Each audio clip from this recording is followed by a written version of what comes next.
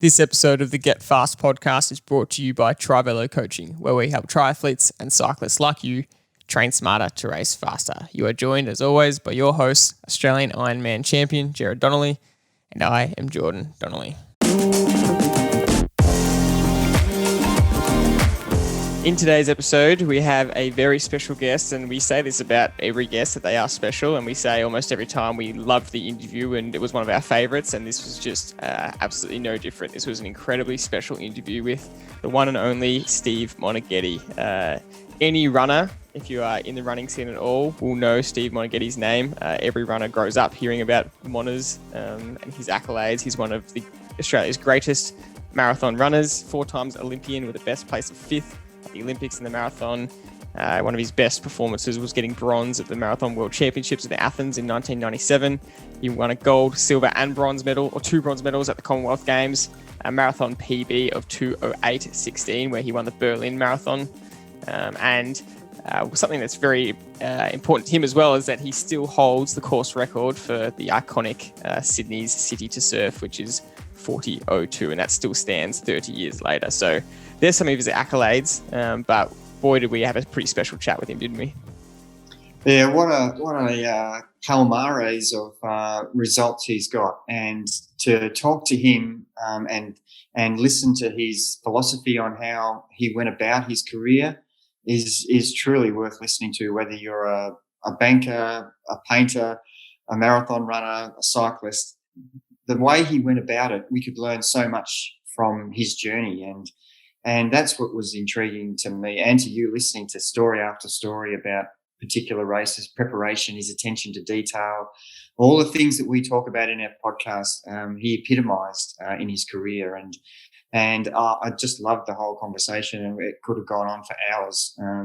And he has some unbelievably funny stories, and you know, just the simplicity, the way he just kept everything simple, and you know, he hardly ever changed the session over that training period of 20-something years at being an elite sportsman in his chosen sport. And the main thing that came through to me, Jordan, was his preparedness to be consistent, and you know, not just talk the talk, but he walked the walk. And I just love everything about what he said today, and I really hope the listeners get a lot out of it. Absolutely. There were 2 key standout things for me. One of them was just a really, really good lesson. And I was surprised at how simple the lesson was, but I can't wait for you to hear it. It's kind of the overarching theme of the whole chat.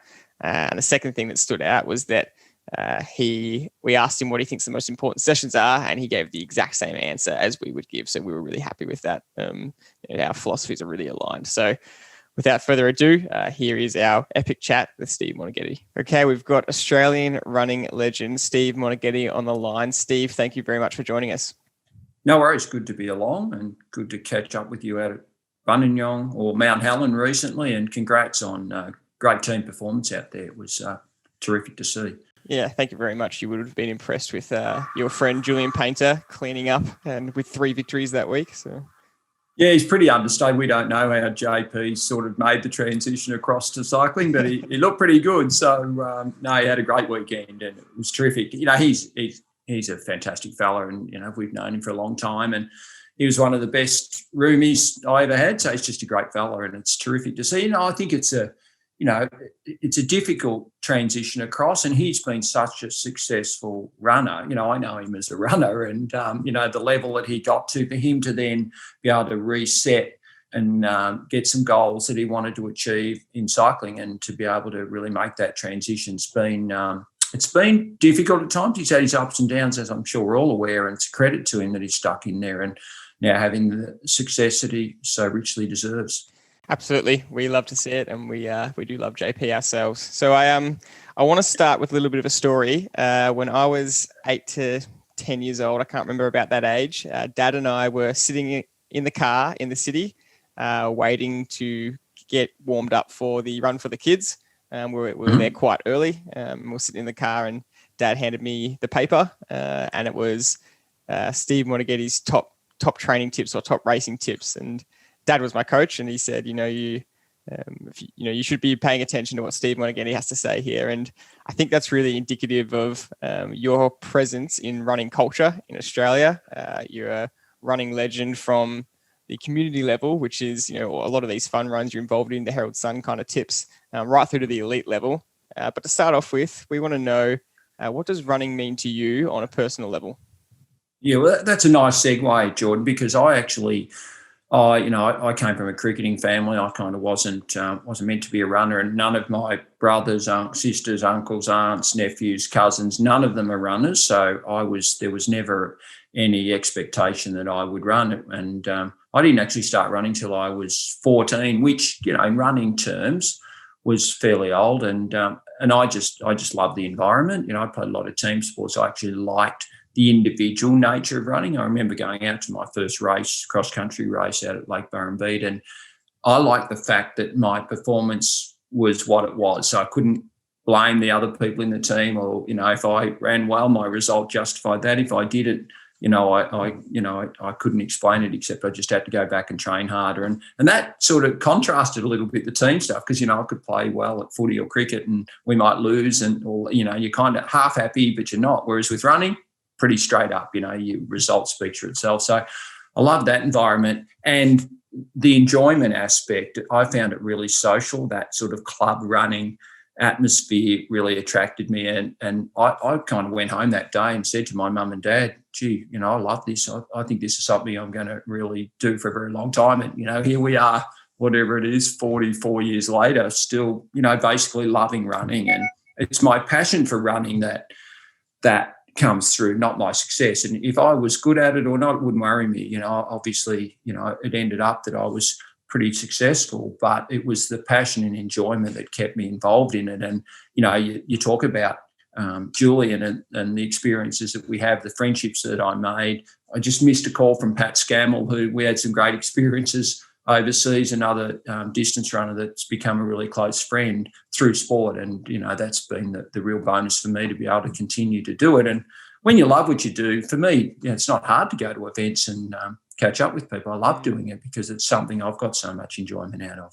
No, that's a great answer. And look, it's been really intriguing to Jordan and I over the journey of our 70 or so podcasts to interview some really quality athletes in their own field, whether it be a runner or cyclist or whatever.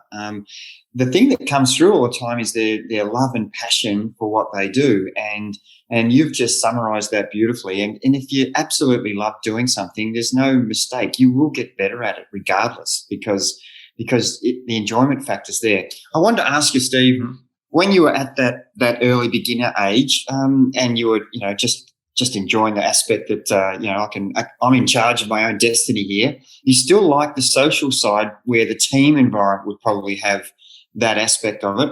What were the sort of the differences between, you found that, running solo but still being in that group environment? Did that count a lot to you, to have the social side, or were you just happy just to go along and run and do your thing and then sort of move on? Oh no, I loved it. And I'd run out of school. I wasn't a great student, but as soon as I'd finished school, I'd be out. Couldn't wait to. We had a couple of older people in our running group that would pick us up, and we'd go out training. And I used to have Friday nights off, but every other day I'd be keen to run. And we used to all the 5 clubs, as there was back in the 70s and 80s, we'd all run together on Sundays out at Kirk's Reservoir. And whilst you were running sort of for yourself, you were certainly making friendships and talking and having that experience of building friendships along the way. And the old rule that we still use now, that if you can't talk when you're running too fast. So that's a perfect example of that. And we've had so many characters over the journey, Jerry, as you would have in your groups, I'm sure. But, they ebb and flow, and, you have people who are real characters and some people who are deep and meaningful and, religious, all male, female, all with different attributes. And it's amazing to think over that time how people come and go out of the groups and different personalities, and the group's up for a while, there's 20, then, you're back to just you for a while, and suddenly it builds up again. But all along the way, we're kind of helping each other. It's a strange thing that we turn up at the race and we all want to beat each other, but when we're out training, we have a deep respect for helping each other to make sure that we all can benefit from the training, and it's that group effect. And at the end of the day, we're all better for it. Fantastic. And look, the next question obviously is, who were the influences in your early days? And we know there's some unbelievably great runners and coaches in Australia over the journey, from Pat Clohessy and Percy Cerity, and there's so many legendary, Rob De Costello. Who in particular was your inspiration, and who was guiding you as a 14, 15, 17-year-old? Again, it was a nice coincidence. My English teacher here in Ballarat was a guy called Tony Benson, who was a legend in Ballarat and held the Lapper Lake record before I broke it. So he was my English teacher and said, "Oh, look, I see you doing a bit of running. Do you want me to set out some training for you?" So he became my first coach, and I stayed with him till he moved to the Philippines, and my career was just sort of wavering a little bit. And you probably know Tony's a very successful triathlon coach as well, and great fellow who lives in the Philippines now. And then so I swapped. I moved from Tony in about 1983. So I was 21, and just in that senior ranks, I was just sort of levelling out a little bit, and had a bad run at a world cross country trial up in Sydney, and a person were on I remember it sitting on Bronte Beach, and Rod O'Connor said to me, "Oh, I sound like you're just a bit sort of disillusioned. You might need to look at a new coach." And he said, "I've got a guy that coaches me called Chris Wardlaw. You might want to follow that up." Followed it up, and it's been a match made in heaven. And, I don't need coaching now, but he's still my coach, and we're great friends. And it's just been an unbelievable relationship. And that he basically mentored and coached me because, obviously I was in Ballarat, he was in Melbourne. So I'm really meticulous with my training. Chris is a bit more erratic, but it was just the perfect combination. And, I think you probably know the Mona Fartlek and the story about that, and how Chris and I bumbled over that over the phone. And so those two people have been very significant in my development. And they, I look back now, and then, fortunately for me, I'm not sure people also might know that I made my first international team, so Australian team that was for a multi-sport, was Commonwealth Games in 86. And lo and behold, I roomed with a guy called Rob De Costello, and he showed me the ropes. I was a young, sort of naive kid, and I saw how he operated, and couldn't have a better mentor than Rob. And I learned so much from him, and hopefully I've been able to pass that on then to the next group. So it's all, and the succession planning of Pat Clohessy, he coached Chris Wardlaw and Rob De Costello. And I remember Chris sort of had the pack in Melbourne, and Pat sent this young buck along, and he sort of sat in, and Chris and Tim O'Shannessy and a few of the boys sort of said, just sit there and, just behave yourself. And suddenly this kid got a bit better and a bit better and a bit better, and started sticking it to him. And of course it was Deke. So there's that succession of Pat Clohessy, then coming through Chris Wardlaw and Deke, and, now myself. And I really see the massive benefits in group running, and that's been, being identified, I think, as one of certainly the successes of Australian distance running, and long may it continue. Yeah, that's great to mention those. They're really household names for all the runners out there. And your relationships are obvious. How it's really managed you to be the runner that you are. And I suppose the next question on that is, you mentioned Mona Fartlek, and Fartlek's from a Swedish running style. And back in I remember still my dad showing me books about this Swedish type of running, Fartlek, where you use the terrain to run. If there's a hill, you run hard. If there's a downhill, you run easy. And I'm really intrigued as to how Mona Fartlek is so well known in Australia now. And I think people believe that Fartlek is Mona Fartlek. Yeah. Yeah, I've been around too long. They're starting to forget it was me. I often have the situation of people going, "Oh, no, I'm doing Mona Fartlek," and that's me. That's my. They don't understand. So, but and we really, I, as I mentioned, I'm quite meticulous, so I like it. I don't like the free flowing nature of Fartlek. So, and that's, as you've mentioned, Jerry, that's exactly what Fartlek is. But I'm so meticulous that I had to have it set out, and Chris wanted me to do. I remember the phone call vividly, and And when he started coaching me, and he said, on Tuesday, do some fartlek. And I said, what do you want me to do? And he said, just 20 minutes of something. And I said, and he said, maybe some minutes. And so I sort of, while our conversation was continuing, I'm kind of writing some stuff down, thinking, if I do 4 by a minute. And I sort of came up, I don't know, I think he might have said some 30-second reps as well. And by the end of the conversation, I said, how about, 2 by a minute and a half, 4 by a minute, 4 by 30 and 4 by 15. And he said, does that add up to 20 minutes? So I said, well, if you do the same recovery as you just did the rep, it does. And he said, well, that's fine. And that's exactly how we got to it. So, and I think the difference, Jerry and Jordan, that people need to understand is the thing that I introduced in my training that may have been accidental, because I think it was a way of me getting rid of a few of my teammates, because I found that I got better when I did it this way, was I didn't jog in between. And even, the deep session, the 8-400s on the track with the 200 float recovery, it is a float. We were running the float bloody quicker than the reps, I reckon, when I was doing it on occasion. We'd run 37 seconds for the 200 recovery. So you can imagine we're only running sort of 64, 65 for the reps. So we weren't slowing down much. And a lot of people would do my fartlek, or they turn up and we do the first 90 seconds and they'd be jogging along, looking around, talking, thinking, how good's this? I'm on a fartlek. No, this is not that hard. And then we get to the end of the 90 and obviously we'd sort of keep rolling. We'd hardly slow down at all.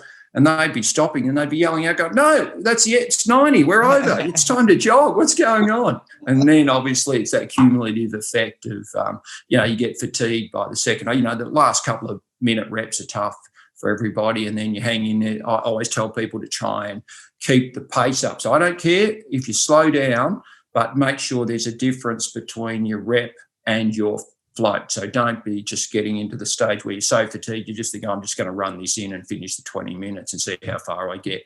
Doesn't work out that way. I try to keep people doing the reps. And lots of people, feel guilty. They bastardised it. They do 2 by monofartlek, or they skip the 15s and they do 4 by. I don't care. It's fartlek. Who cares? I'm just glad that they're out doing something that's, technically getting them trying to run faster. I'm really glad you've clarified that, because Dad and I have actually had multiple discussions about it. And again, as a little athlete, we started doing monofartlek when I was 12. And in our running groups, we would do the total opposite. We would be going hammer and tong as hard as we could in 90 seconds, and basically at a shuffle or a walk in between. That was just how our group did it. And we've always wondered, how did you originally intend it to be? And we've evolved it ourselves a little bit for triathletes, because we do it a lot in our own programming. But yeah, we do it. We kind of extend the time a little bit more, because triathletes more endurance. And yes, it's less disparity between your hard and your easy. Again, more specific for endurance athletes. And we always wondered if that was what you intended for it, especially being a marathon runner. So it's really good to hear that. Yeah, and it's 20 minutes, it's time, so you can do it anywhere. That's what I like about it.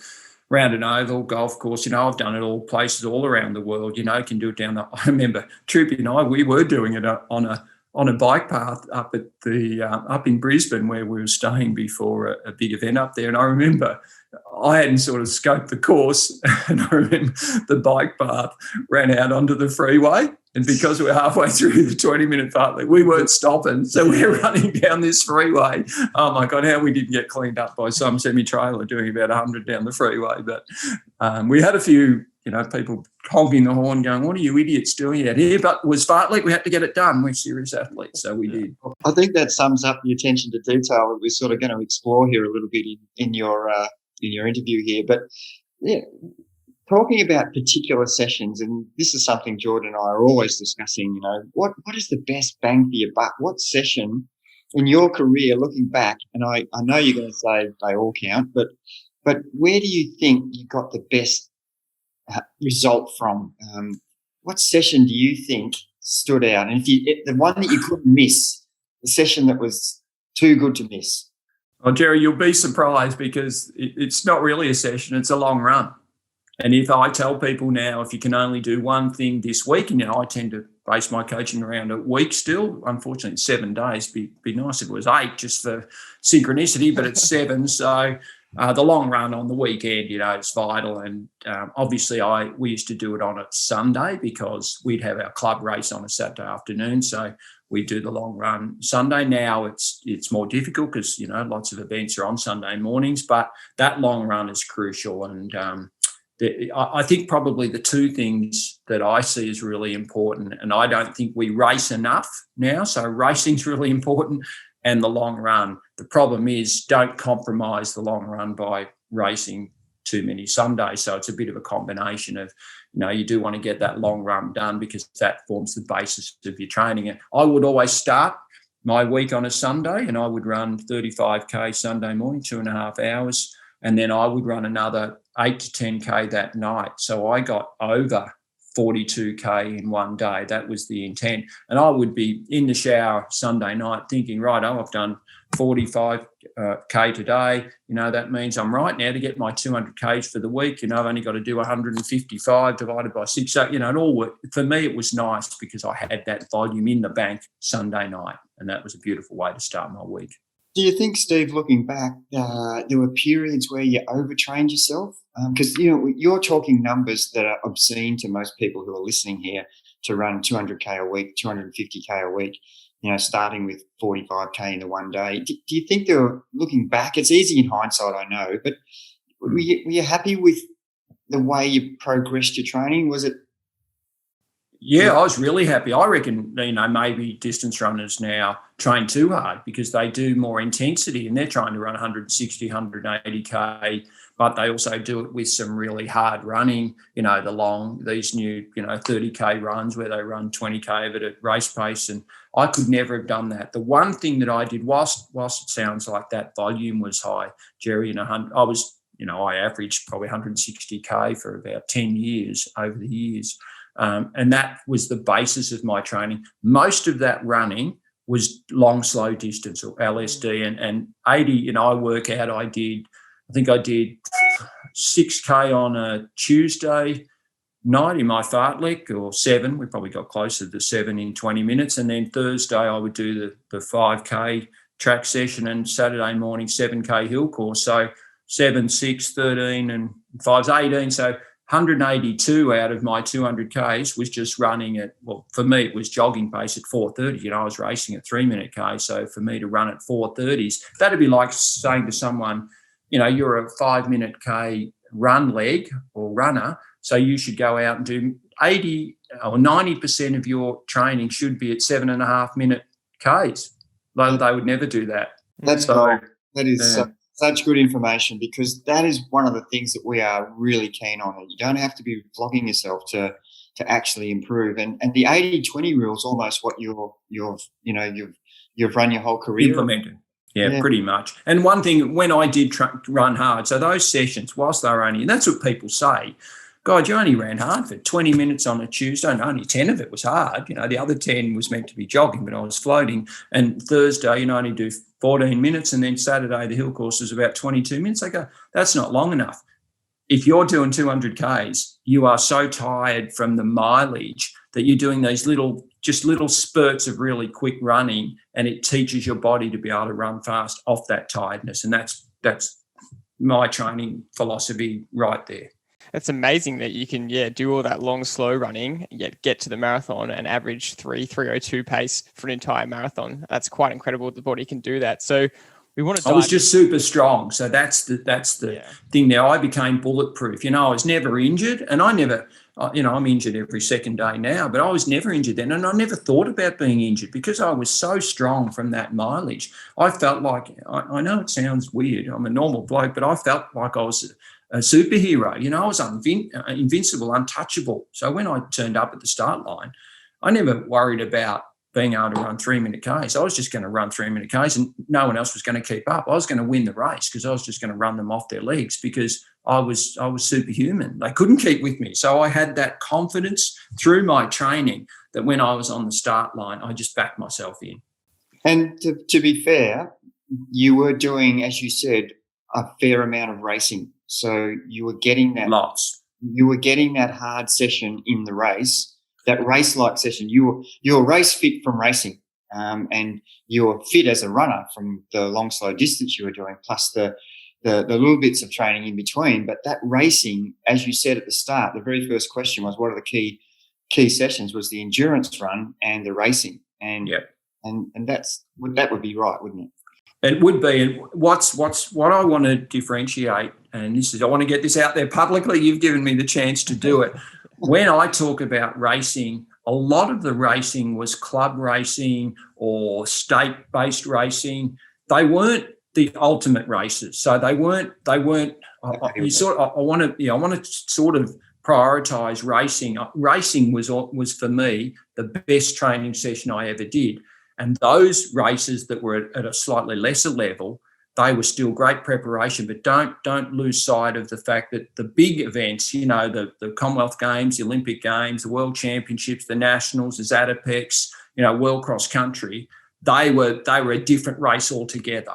And the other races I used in preparation for those targeted races. And I think that's what people get confused by now. They say, oh, yeah, I can't race every week. Well, you can race every week, but they're levels of races that you've got to delineate between. They're not the race we really want you to provide your result in. They're just a stepping stone to the ultimate race that we're focusing on. Yeah, that's fantastic. And that leads to the next question. I'm sorry, Jordy, I'm asking all the questions here. But what did you think about cross country as a benefit to you as a marathon runner? I mean, yeah, just give us your insight into what cross country meant to you. Well, it's my bread and butter. It was my first race. It's what I'm best at. If there was an Olympic cross country event, that's what I would have targeted. I'm not a great track runner. I think my results would show that, although I won a bronze medal at the Com Games in the 10K. But, I don't like running on the track. I didn't even like doing track work, to be perfectly honest. But I loved racing cross country. And if there was a 30K cross country event at the Olympics, I think that would probably be, the Kenyans would be pretty good at it too, but I reckon I'd be pretty good at it. And I love it breaks your rhythm, and you're running up hills, and there's just, I sort of find the course challenging. So, I like trail running as well, and I run in the forest a lot. I find on the track, it's so measured that, there's no challenge. All you're doing there is running against other people, which, and against the clock, I suppose. And the same on the road, everyone now, they don't run road courses that are interesting. You just want to run it fast. Like Berlin and London, they've taken out the rocks area in the London Marathon and taken out the cobblestones because they just want to be flat and fast. So it's absolutely boring. You just want to run as fast as you possibly can. That's fine. But for me, I love the challenge of, jumping over hills and dales and having to roll off climbing a hill and then over the top and hooting down the other side. And some of my best races would definitely be cross-country races. My World Cross Country, the 4th and 6th at World Cross Countries in Stavanger and Boston were probably my greatest performances. But because they're cross-country, no one kind of, you don't get the public recognition of them. But I love my cross-country, and there's no doubt it also builds the quad strength through the hills that make you a better track and road runner anyway. So, I think they're a really good complementary exercise to do, or discipline to do, if you want to run well on the track and on the road as well. Yes, and there's some fantastic cross-country races around the world. Obviously, the world titles, cross-country is a thing that you would have loved to have done every single year that it was available. And that would probably be, I would imagine, equal to anything you've done in the Olympics and Commonwealth Games. You would have wanted to do well in the cross-country titles. Would that be right? I grew up just wanting to represent Australia at the World Cross Country. I didn't actually think I'd ever, because I wasn't very good on the track, I actually didn't think I'd ever make a track team. And then, I probably thought, I'll probably end up running the marathon, maybe at the Olympic Games or something. But I kind of didn't think that would be my focus. I thought that would be just sort of a bit of an afterthought.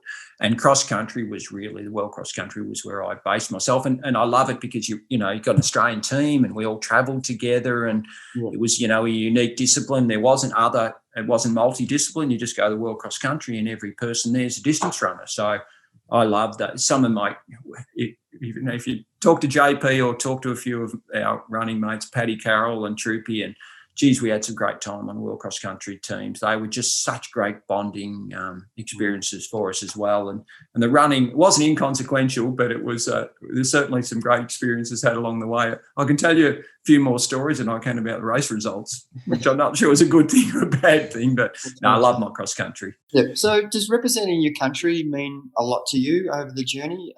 As an individual, it's a very personal sport, running, and you're really competing against your own self. Of course, there's competitors in the race, but you're really challenging yourself. What does running for your country and representing your country mean to you?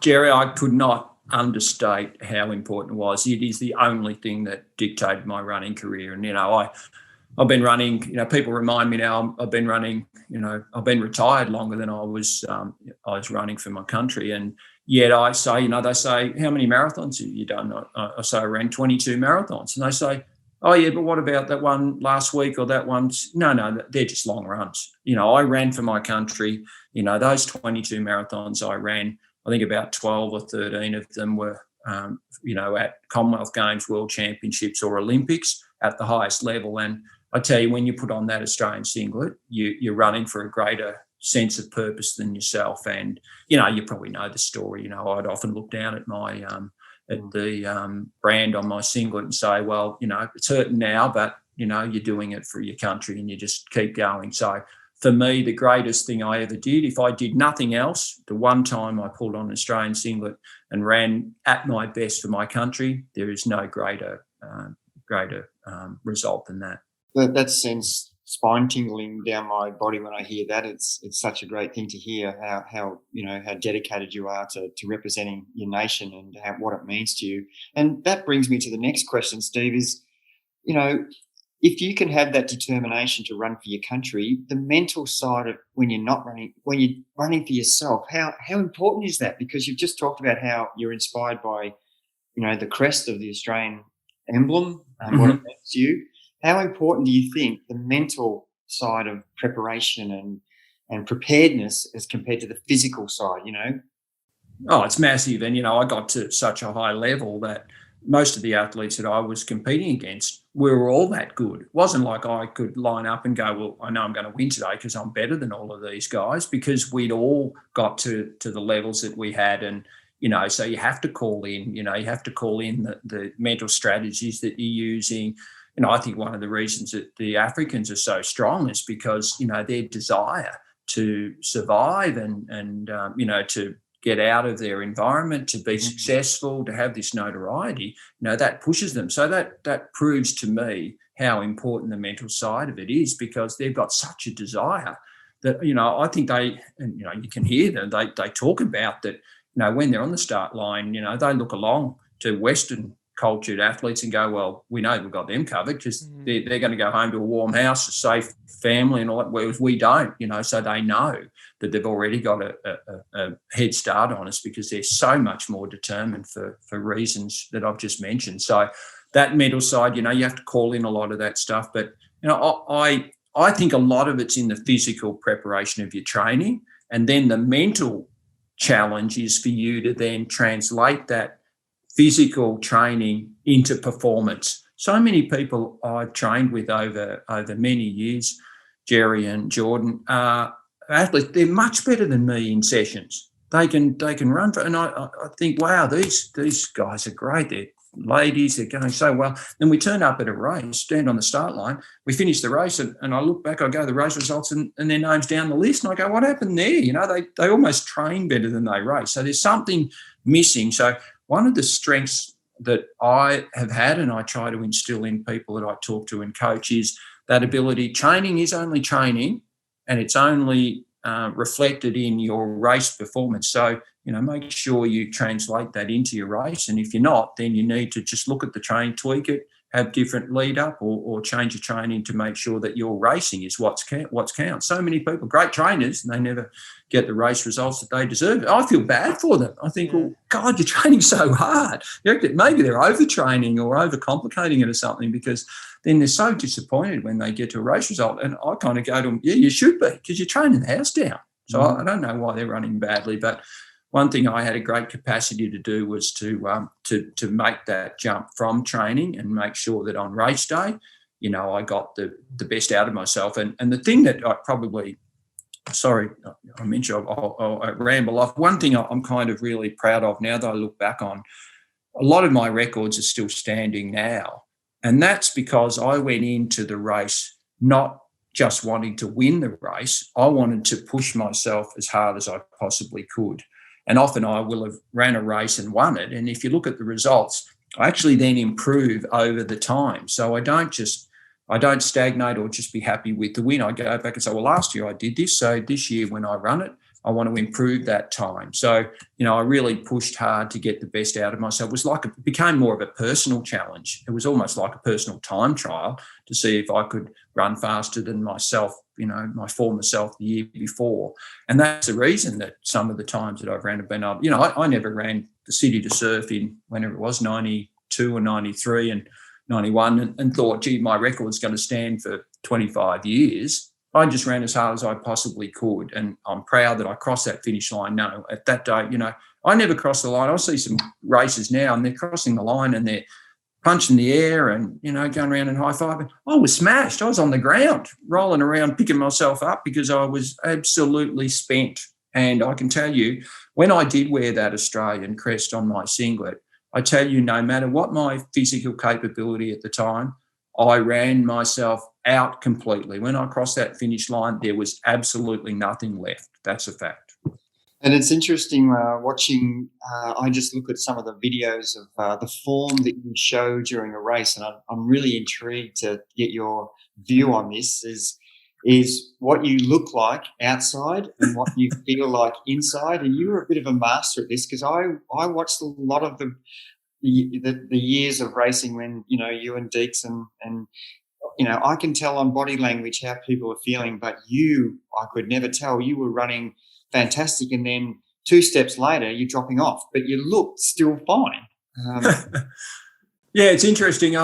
Troopy and I keep mentioning Lee Troopy. He's my best mate, and he moved to Ballarat, and we trained together, and we've got a lot of similar traits. And I noticed a lot of the time we would be running as hard as we could in training, but we'd still be able to talk. So I think aerobically I was always really advanced, and it was just a matter of training my legs to catch up with my breathing. So that was one of the advantages that, I think in big races, physically I could still look pretty good, but my legs were starting to fatigue and I was starting to battle, but I'd hide that pretty well. And it's amazing how much further up the field you can finish, Jerry, when you just say to yourself, oh, I'm hurting, but just hang in, till the next drink station or to the next K up the road. Then suddenly someone drops off and you think, well, they must have been hurting more than me. And you kind of, before you know it, you're up in the top few and you get through the race and you end up having a pretty good result. But I was still hurting on the inside. Don't worry about that. And, I think the way you train to become efficient is really important. I mean, I don't think Deke and myself were the greatest looking runners, but there's obviously no doubt that we were efficient over the ground. And, I think it's efficiency in training. I still tell people now that I'll often be out running and I'll come up on a few people or a person and I'll scare the living daylights out of them because they don't hear me coming because I'm so light on my feet. And that's obviously is quite important biomechanically, and I haven't been injured. And that ability to just run light on your feet. If it was really muddy and wet cross country, I used to be able to float over the ground pretty well. So I think having those light feet and thinking light, for training tip, trying to be light on your feet is quite an important thing. And then that efficiency that just training over years and years. I used to lope a lot, and my son now, he's 20 and runs. He lopes. If you do enough mileage, you get rid of that lope because your body becomes efficient, and that's exactly what happened to me. So if you notice when I was 18, 19 to when I was 35, you could see my running action, I was a lot sort of more level across the ground, and that's that efficiency that I'm talking about. It's a great point you make, and I can bear witness to that. The 1990 Commonwealth Games marathon in Auckland, I happened to be on a bike riding alongside your pack of leaders in Auckland that day. I was doing the triathlon, and I got a first-hand view of what it was like to ride beside guys running at 23 kilometres, 24 kilometres an hour, and the silence of the feat. That was the one thing people said to me, what was like, riding beside the elite runners? I said, I could not hear them. There was silent. They were not hitting the ground. And it's so funny, you just mentioned that.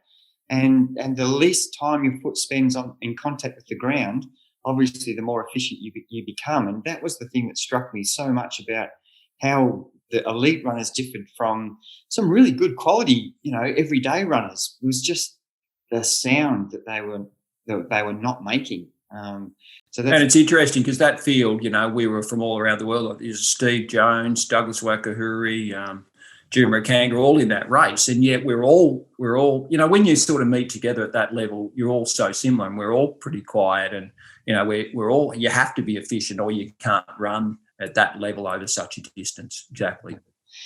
So the next thing is probably a lot of the listeners who are intrigued about your preparation and your attention to detail. And we're talking a little bit about, what did your program coming into the Olympics or World Championships or Commonwealth Games look like 3 months out? What did it look like 2 weeks out as a taper? So just give us an example of how you're structuring 3 months out compared to what you did 2 weeks out. Yeah, so as I mentioned, I was probably running 180 to 200 Ks most weeks, and that would be, from that 6 months out to sort of the 3 months. And then most importantly, the crucial time for me was the Sunday run 6 weeks out. So I would always do a 3-hour run 6 weeks out. So wherever, and it's difficult now. I have trouble getting people to do it 6 weeks out because they've got races and stuff on. But I have a belief that what you do today, you get a benefit for in 6 weeks' time.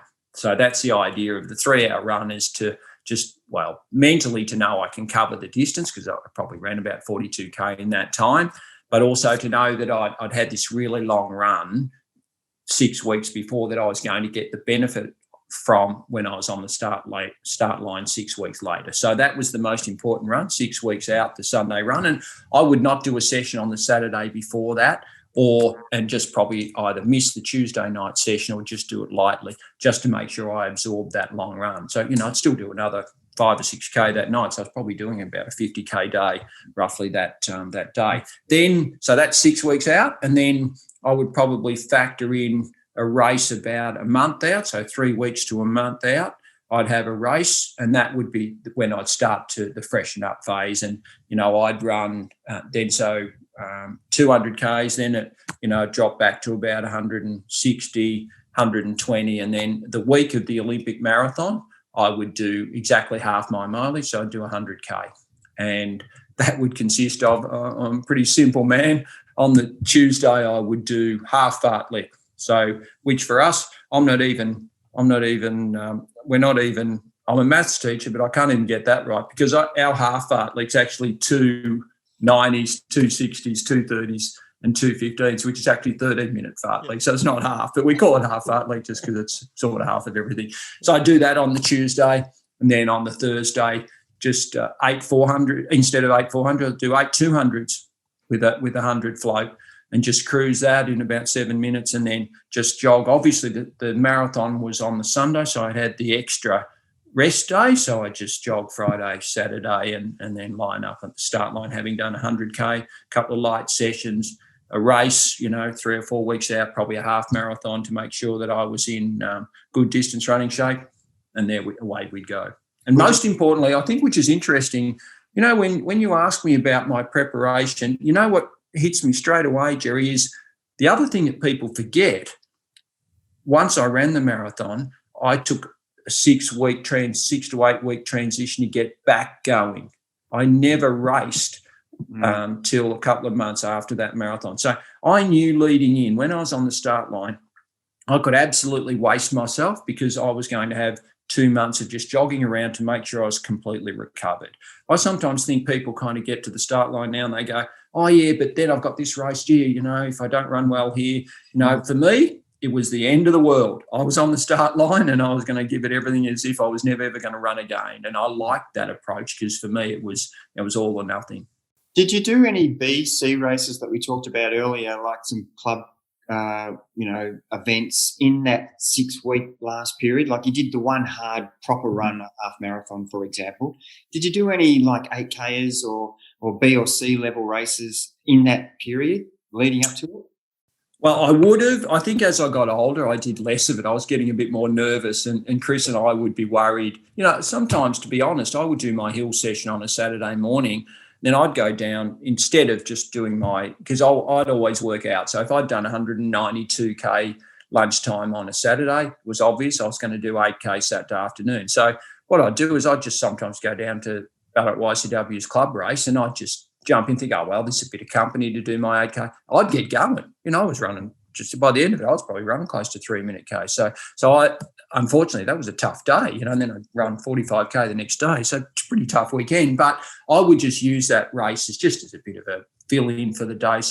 But then as I got older and better, we got a bit nervous about that, and it was hard to just do a club race and get away with it because everyone was watching me, and and if I didn't run well, they're going to be bloody talking about what's wrong with me and all that sort of stuff. So we became a bit more planned, and I would do more time trial. So I'd get someone on a bike. So I'd do an 8K. I'd often do an 8K time trial. I'd do a really good fartlek. So so that Tuesday, say the Olympic marathon was the following Sunday, the Tuesday, sort of about 12 days before, I would have a real crack. So I would do a fartlek where don't come and train with me that day because I'm going to smash you. I'm not going to be nice. It's a really hard hit out. So that was for me, like I was just preparing mentally, doing these signature sessions, but doing them really well. That gave me the mental strength to know, the confidence, I can relax now, it's done. Switch off. I've done my fartlek. It's, I've smashed it. I've ran under 18 around Lake Wendouree or, got almost to the Lakeview, which is 7K. I know now, or I'm done, wrap myself up in cotton wool and just, ease into the event.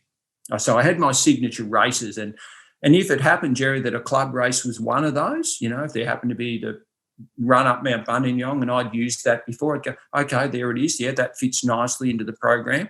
Whilst it's only a club race, it's not to me. It's a signature race that I can use to build my confidence, to know I'm in good shape for the big race coming up. And leading into those big races, what did you do outside of training physically and mentally to prepare yourself? Not much. I didn't do too much physically. Never did any weights or any cross training or any of that stuff. I just rested up. And, the one thing I did do was a bit of mental imagery. So I'd always know the course and in the days leading in, when we're at something like a London Marathon, Berlin or Com Games or Olympics, I would always run the last parts of the course. So that was just mentally getting me ready, but also knowing that, you want to know where the last part of the course goes. So you don't want to be sort of confused going, oh, are we about to go left or right here? Because if you're about to make a break, you want to make sure you've got the bits you can control under control. So I'd always run over the course, so I was familiar with it. And Chris Wardler would often be with me, and we'd talk about, okay, this is a chance. When we turn this corner, you're going to be out of eyesight, so this is where you go. So we talk about that, and then, the nights, then I'd write some notes down, and then I'd look at those before I'd go to sleep, and then overnight I'd just visualise how the race was going to unfold. So a lot of that mental rehearsal, because I couldn't do a lot of the physical stuff because I was freshening up. I'm starting to not do much training. So I wasn't tired. So I tried to move my focus across to occupying myself with a bit more mental rehearsal and thinking about the race and all that sort of stuff, which was kind of the way I did it, just to prepare leading in. How important, Steve, was your understanding of the course is key to it, your mental preparedness, your physical preparedness. What about planning the amount of time you would spend going to London or going to Berlin or going to Helsinki, wherever the major race was? Would you do what we have a lot of people do, which is turn up a minute before the race? How would you plan that pre-race strategy? Oh, I always knew, I'd use it. So if I had an opportunity, I'd most regularly 12 months out, I would go, if I knew that the London Marathon was going to be the World Cup course or something, I would run London the year before. So I know we went to Atlanta. We flew into Atlanta straight from Gothenburg. So after the World Championships in Gothenburg in 95, we flew to Atlanta. We spent a week in Atlanta just getting used to the humidity. It was bloody hot over there, and we ran over bits of the course. I had the next 12 months to, even though I wasn't sure I was going to the Olympics, I assumed I probably was, and we had that 12 months to prepare, because I'd been there exactly 12 months before the games were going to be on. So we did a lot of that preparation where we go to a venues. And this was just for me personally. I was more focused on the things I could control, and that was the course, the venue, the temperature.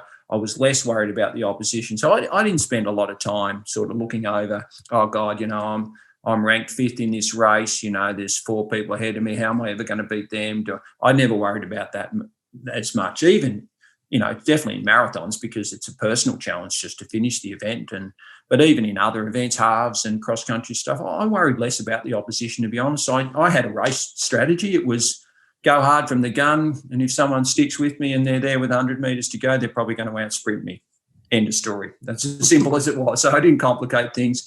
I just got in good shape, focused on my preparation, looked after things I could control, my drinks, my nutrition, my lead up, all of those things, knowing the course back to front, get on the start line, and then just race. And I felt like I could sort of get rid of all of that other stuff and just focus on, all of my attention was getting my energy and my effort just to run as fast as I possibly could. Would you spend time acclimatising to the region? Would you go there 3 weeks out, 2 weeks out, a week out? Would that be important to you? It was. I changed that because I did go to a place regularly, and I'm from Ballarat, which is pretty cold, obviously, in the winter, and a lot of the competitions were in our winter, so I'd be going from cold to hot. So before Barcelona, my second Olympics, where I ran, history will show I had a really bad result in Barcelona, and we actually went to a place called Sant Cugat, just over the hill from Barcelona, and we were there about 3.5 weeks out, and I was acclimatising, so I'd run with a full tracksuit on and get out in the middle of the day and really sweating up. And I chose to have no air conditioning in the I think we rented an apartment. I said no air conditioning in there because I wanted to sweat it out and really acclimatise. I got to that race and I was just so dehydrated that I'd just done the wrong thing. So I learned from that.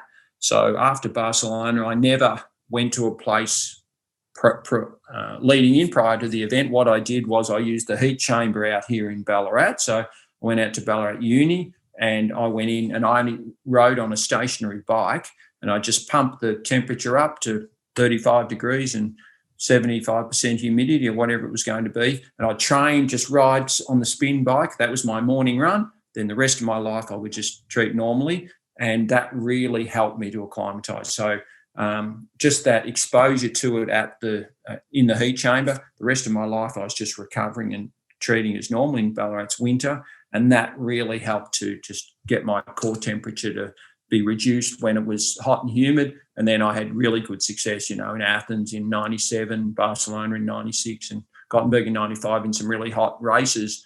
So that worked very well for me, and that's what I would recommend to people. Some people don't listen, but that's what I would suggest. Yeah, no, fantastic. So that would be, if I was going to the Hawaiian Ironman, I wouldn't spend lots of time in a really hot and humid environment. What I would do is I'd just have little amounts of exposure to it. So if you do go to Cairns to acclimatise for it, stay in an air-conditioned hotel, go out, train hard in it, but then get back and recover in the air-conditioned environment. I find that's the best approach. Spot on. Well, that leads me to the next question. I suppose you've had so many successes over your journey, and we all know about how successful you've been. There would obviously be low periods. And what's one example you can give us where you're most proud of, where you kind of got challenged? And I don't mean it doesn't have to be a race. It can be a period of time where you're feeling challenged and you came through that period. And what were the things that, what made you proud about that? Obviously, looking back, there's a whole lot of stories you could pick, but there's probably a couple. I think Athens in 97, leading off what we're talking about with the hot weather, I think people probably assumed that I was too old. I was 35, or about to turn 35, and I've been around for a long time. I represented Australia at the Commonwealth Games in 86. So here I was 11 years later, and I'd kind of I'd been about, but I'd start my results. I'd won races, in '94, a couple of marathons, and so 94 broken world records for half marathon in 92, 93, 94. So I was kind of pretty good. Everyone sort of thought, that was my peak.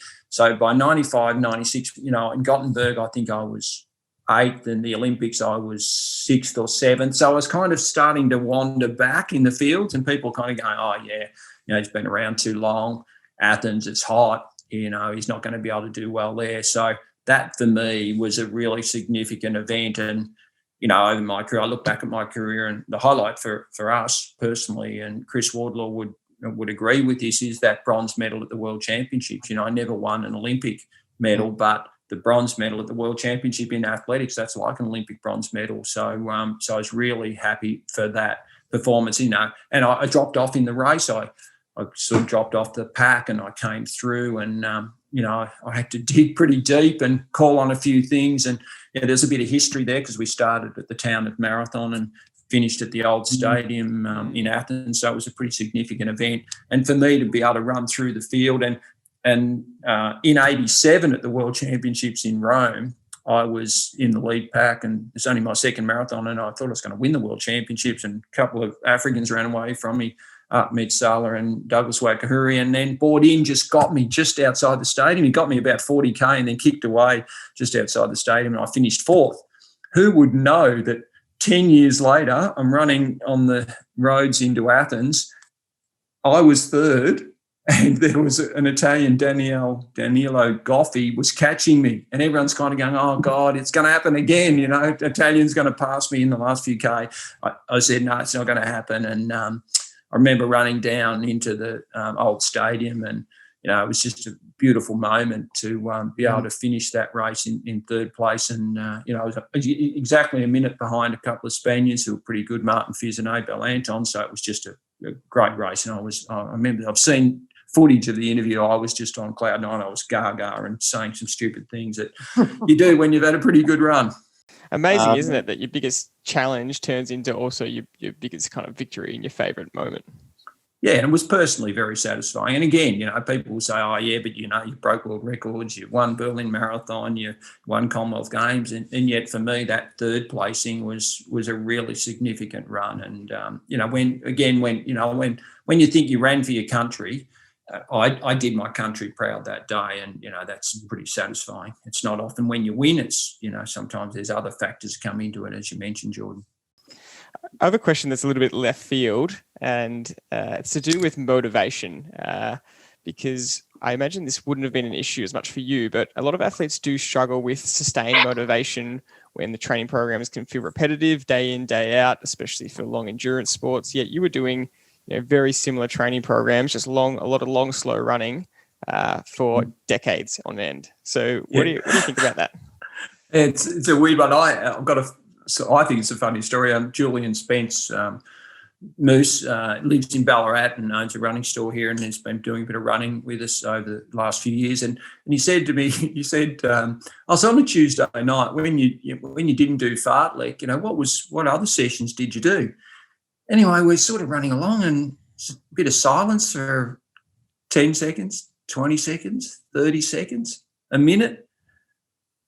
And I looked at him and I said, well, half fartlek if I was leading into a race, but otherwise I just did fartlek on a Tuesday night. I never did anything else. Yeah. So it was completely boring. I ran long run Sunday, a couple of runs, and then a couple of runs every day, and I'd run my fartlek Tuesday, track work Thursday, and hills on Saturday, and lock it in. And if I was leading into a race, I'd reduce that a bit and freshen up, halve it. That was it. And I did that every week for 15 years. But what I did, I just knew that was the training, that I enjoyed the running and, having a pack, and just enjoyed the company. And I still, 4:30 of the night now, I just don't, I can't cook, I can't do anything, because it's my running time. Even if I'm not running, it's my running time. And that just became my life. And for me, it was just lock it in. I loved the training. I backed it in, because I knew that training, when I then turned up at an important race where I wanted to get a result, it was going to happen. So my motivation was the big races that I had. And every 3 or 4, I never went a few months without having a big race to focus on, because that was the motivation to keep me going. And I can tell you right now, and I tell the story, if I said to you, you're going to Tokyo in July, you jump out of bed tomorrow morning, I tell you. So it's having the goal event. And, I'm coaching now. I'm struggling to keep my group motivated because it's hard to lock in races now. We're in lockdown here in Victoria, and it's just difficult to just see, to say, I love being planned and say, righto, what we're going to do, we're going to go to Great Ocean Road. And then I kind of go, well, I hope. I'm not actually sure whether we'll get there or not. And I'm finding it really difficult just to, that uncertainty is making training difficult because you don't have that goal race to focus on and to work to. I used to love, I'd be counting the days. I'd get up in the morning and go, it's only 76 days until the Olympic marathon or whatever. And that was really great motivation for me. So interesting. You have to be self-motivated. Now, I was self-motivated. You've heard a couple of stories about what I did. You probably know the airport story of me, on running at the airport late at night so I didn't miss a day. I had all of these little tricks that I did. My family hates me because, I say I'm focused. They say I'm anal. I don't think that's a compliment, but you don't have to live with me. But, I'm a very stubborn, focused person. So I had my own little tricks that made me, kept me focused and kept me motivated. We've all got those. You've got to just make sure that they are harnessed the right way so that they get you to this goal event that you want to produce a result at. And this is not just in running or in triathlon. This is in life in general. You work out your attributes, you work out what you're strong at, and then you put the physical components of that together along the way with this mental strength to know you've got this motivational desire to achieve a result. And that's exactly what I did. It's great because the story you've told of doing the same sessions repeatedly, we try to overcomplicate things in the world today, I think, by trying to reinvent something that's too complicated, whereas, you've simply laid it out here that it's endurance run, it's some intensity, it's some racing. And if you consistently do that, you are going to end up with a really good result. Would you say consistency is your greatest attribute? Absolutely. And I might come up with, different sessions, and we can talk about doing K reps or, doing some surging before, or, pace run before you do a few reps. At the end of the day, the outcome of the session is the same. So people say, oh, look, I mixed it up, I didn't do that. I said, I don't care as long as you did a session, because ultimately it's not one session, it's the overall training over months. And if someone sends me a note or rings me and says, oh, wow, I just have to let you know, I did my best session ever last Tuesday, I worry, because I'm thinking, well, why did you do your best session? Did you freshen up the day before? You shouldn't be able to do a best session. It's just part of your training. I want you to run your best race. I don't want to know about your 10 best sessions. I want to know about your one best race. And, I think people get fixated on, we've all got our Garmin's and Strava and putting segments up, segments. For God's sake, imagine segments. Imagine I'm running the Olympic marathon and I get to the end of the race and they go, oh, and I go, wow, and I've got my hands in the air, and everyone's going, why you got your hands in the air? Because you finished in 28th place. Yes, but I ran the fastest segment between 10.1K and 10.2. Where's my gold medal? No, they don't give you a gold medal for that. Sorry. I love that. I find people get sort of fixated on, their own, they'll celebrate something that they know they can achieve. I never celebrated something I knew I could achieve. I celebrated something that I thought I couldn't achieve that I achieved. It was a surprise, it was better than I expected. So, and that's what you get recognition and accolades for. I didn't get gold medals at the start of the race. I got gold medals at the end of the race, or a medal. You get a medal for finishing, not for starting. So don't preempt what's going to happen. Do the things that you can control, and then let other people, bring those public accolades along, because at the end of the day, you can only do the best that you personally can hope to achieve. Well, one of the questions we try to finish off with is oh, you're winding me up. No, This is good. we're not winding you up, but before we do run out of time, this has been a couple of years like no other, really. We're coming into the second year of something that in our lifetime we haven't experienced. Our parents have, probably in wars and things like that, but this is quite a different year. What are the lessons you've learnt in the last 12 months that have really made you sit back and go, wow, I've learned something? It's something we can pass on to our listeners that you've learnt in the last 12 months. Yeah, and I'll give you a couple. I've realised what's important in life, and I used to, and I'm sure people go, this is probably not a nice thing to say, but, a radio station ring up and say, oh, look, we'd love to have you in the studio, tomorrow at 4:00. And I'd go, I'd drive from Ballarat to Melbourne in traffic, an hour and a half. I'd sit in the studio for 15 minutes and give them some good listening time. Then they'd say, thanks. The next guest would come in, I'd get in the car and I'd drive home.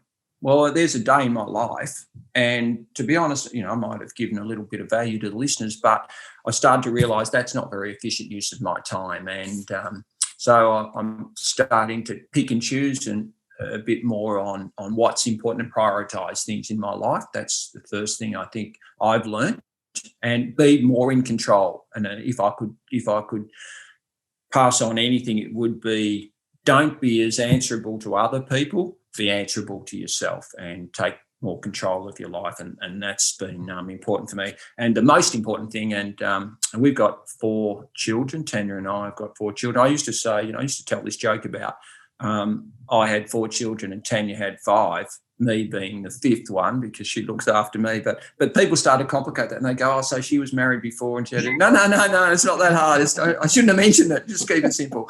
But last year we had the fortunate situation of having all of the kids back home, and they'd kind of gone to uni and to Melbourne, to different places, and all of them were back home. And Emma brought her partner Richard, and we loved having them here. And it was a very busy household, but gee, it was great. It was just fantastic. So families first. And we say it, but I lived it last year, and it really has had special meaning to me. And so as I'm getting older in life, you get back to those basics. I'm a simple man, and the simple things are take control of your own life and realise that the most important thing is your health, your health and well-being, and that of your family.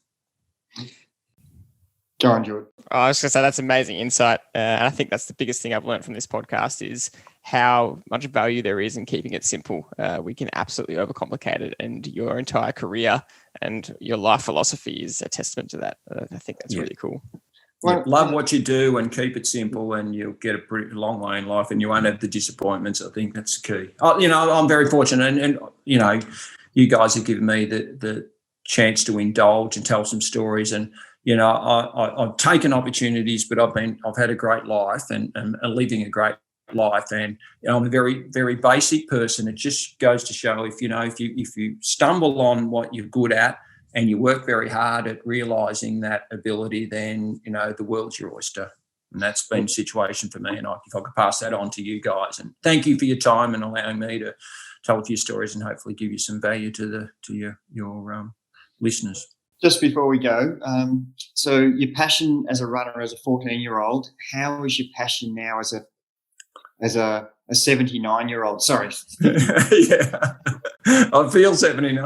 It's hard because I still want to, I'm very competitive, and my passion's as good and as high as it ever has been. But unfortunately, my body's passion's not quite the same. So I'm actually trying to temper it a bit and not get carried away and just enjoy my running for being able to do it.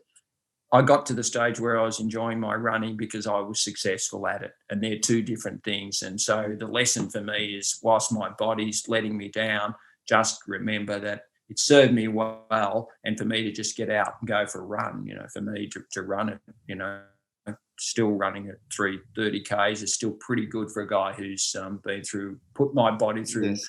what I've put it through. So be grateful for just enjoying the life and using the passion that I have to enjoy my running rather than to be competitive. That's a tough challenge, but I'm trying. It is, isn't it? Especially when you're so goal orientated throughout your whole career, and now you're doing it for the love and passion that you just, and obviously your health would be one of the key things that you want to maintain this routine that you've developed over 40 years of doing this sport.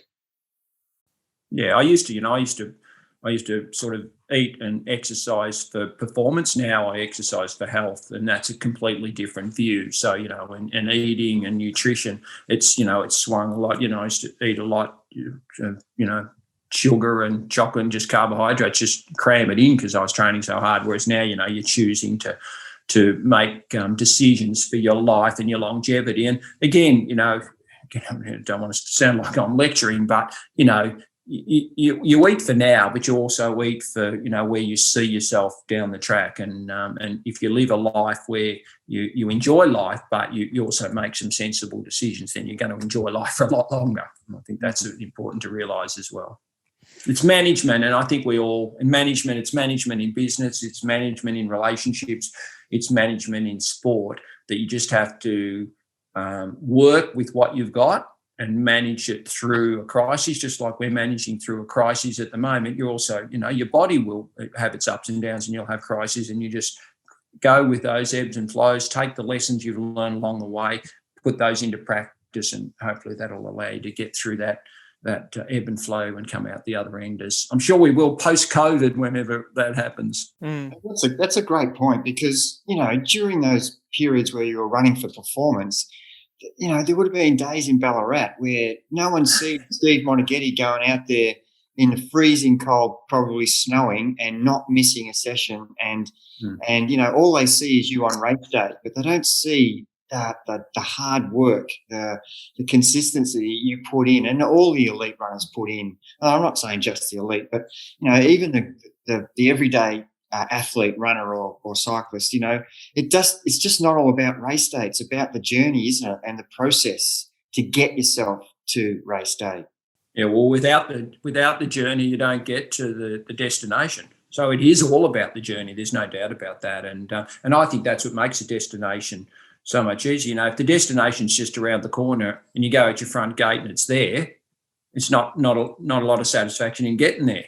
Whereas if it's 300 k's down the road, your destination, when you get there, you'll be bloody satisfied, because there's all those trials and tribulations. You learn a lot about yourself when you're going on that journey, and the journey you make, it makes the outcome when you arrive at your destination so much more satisfying.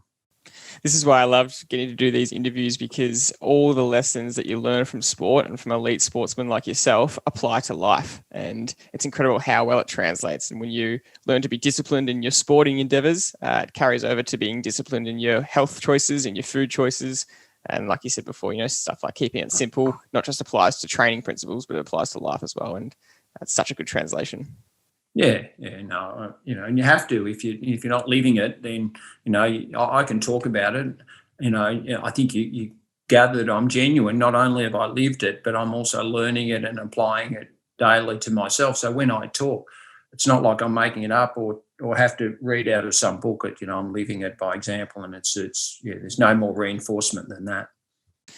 We could talk to you for hours, Steve, and trust me, we had a big bank of questions. Maybe you got through a few, yeah. Maybe we can that works. Hopefully get you on again at some point to ask you some more, because we would just love to keep picking your brain about training and racing and your mindset. I think we could, literally ask you for hours. Your insights are invaluable. Some of the stories you've told already.